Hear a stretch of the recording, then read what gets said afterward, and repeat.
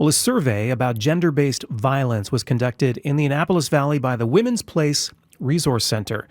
This was possible with funding from the Nova Scotia Advisory Council on the Status of Women. And yesterday, a community meeting was held to review the results of that survey. Wendy Knowlton is on the line now to talk about the event and the survey. She's the Gender-Based Violence Project Coordinator at the Women's Place Resource Center in Kingston. Wendy, welcome to Main Street. Thank you very much. Thanks for being here. When was the survey conducted? We had the survey out in October and November. So it was available online, and it was also available in print form at PeopleWorks offices and the MLA offices. And it was specifically for people in Annapolis and Kings counties. How many people participated? We actually had 265 people respond to the survey, which is, for this community, it's really great because it was just response. It wasn't anything we didn't have any prizes. We didn't have any gimmicks. It was just, please give us your opinion on gender-based violence. And for 265 people to take the time to do that was really impressive. Yeah. What kind of questions did you ask in the survey? And tell me about some of the answers that stand out. Sure.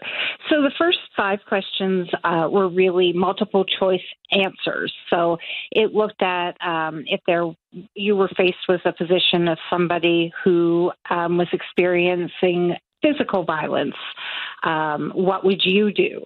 And so we did physical violence, we did emotional, psychological violence, and then we had a couple of questions around the LGBTQ2S+ community. So same-sex couples, transgender individuals, as well as just sexual harassment in the workplace. So we really found that people seem to have an easier time identifying and intervening with the physical violence than they did with the emotional or psychological violence, which does make sense. It's a little more clear-cut when you actually see the effects of the physical violence. And then we also found that people who had an easier time intervening if it was somebody who the other person didn't know very well. So if it was sort of a blatant expression of sexual harassment, for example, in a bar, people are more likely to intervene in that case as well, which also makes sense. So I wonder, were the survey participants informed? And is there any way to know if they're informed when it comes to the kinds of resources that are available to address gender-based violence? Well, one of the more in-depth questions, we asked another 3 questions where you had to actually write out some answers, and people were great. They were very thoughtful in this. One of those questions was if you knew of anybody who was a victim of gender-based violence. 81% of the people who responded said that they did know someone who was a victim. And then we also had the question of what resources do you know of in the Valley? And so most people did know some, specifically transition houses, women's shelters, and women's centers. But there were also some who did not know what resources were available. So that was really interesting for us to know. So you found that 80% plus said they knew of someone who'd been the victim of gender-based violence. Did I hear you correctly there? Yes. 81% knew someone. And 24 of the respondents were actual victims themselves who responded. And what did your organization make of those numbers? Well, they are quite similar to national numbers, which are that 2/3 of people know someone who has been a victim of gender-based violence. So it's pretty on par for that. It's a little bit more, but for sure we know it's happening in the Annapolis Valley. Right. Do you think, is there any correlation between survey participant demographics and the way they answered their questions? So we did ask people's age range, their ethnicity, and also if they were part of a religious organization. Those were obviously volunteer questions that you didn't have to answer. But what we found was that people's responses really had more to do with the culture here in the Annapolis Valley than it did a particular age or ethnicity or religious affiliation.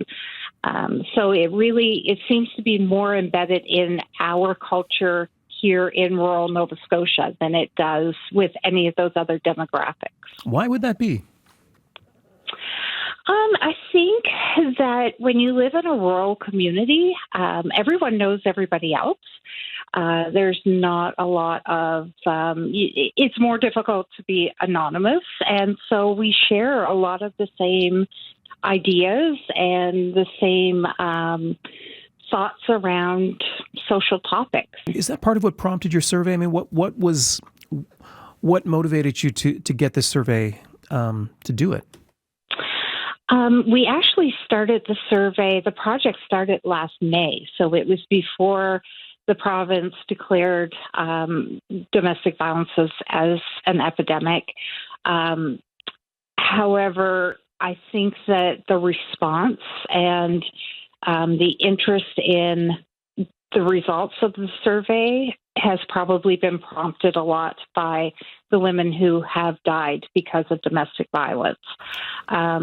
So it's definitely something that is front of mind for everybody. So it's a good time to look for some solutions and some actions to take. Wendy, can you tell us the story about Jennifer Holloman for those who might not know it?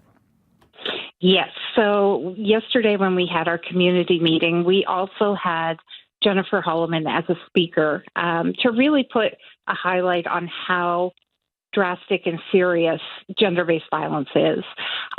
She is the author of Forever 21, Madison's Story, which is available on Amazon. And she lost her daughter due to human trafficking. So she shared a little bit about her daughter, Madison, and just her journey in seeing her daughter get involved with human trafficking and her powerlessness to stop it, and the actions that she has taken to try to raise awareness of it. And Jennifer lives in the Annapolis Valley, so her story hits very close to home. What was the reaction to her story? Sadly, were there people who kind of know that experience? There definitely was. There were a lot of people who spoke to her after the fact, and human trafficking is an incredibly important topic, and it's just one facet of the gender-based violence that occurs. But it is a very impactful story. It's and it can happen to anybody, and that's really her message. Mm-hmm. What did you think of that meeting when you shared the results at the community meeting? About 50 people showed up. What was your takeaway from that? The way it was received.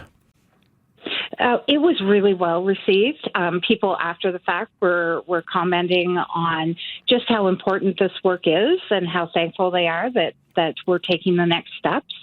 And 50 people really, and it was a very snowy day down here yesterday. So the roads weren't great. So having 50 people come out in those conditions was really pretty amazing. All right. What's next for the work that you're doing there around this?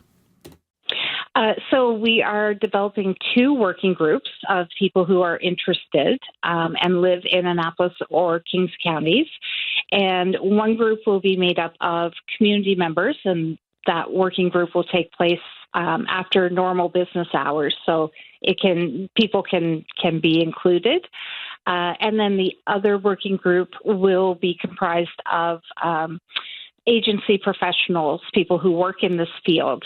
So our hope is that, excuse me, the people who are a part of the agency will really look at how we work together and looking at the information that was gathered and what people are suggesting if we can make a concerted effort to make that happen and advocate for those changes. And then for the community members, it'll be more around just trying to, get the message out that this does happen in the Annapolis Valley. Wendy, thanks so much for your thoughts on this. Appreciate it. Thank you so much. Wendy Knowlton is the Gender-Based Violence Project Coordinator at the Women's Place Resource Center in Kingston.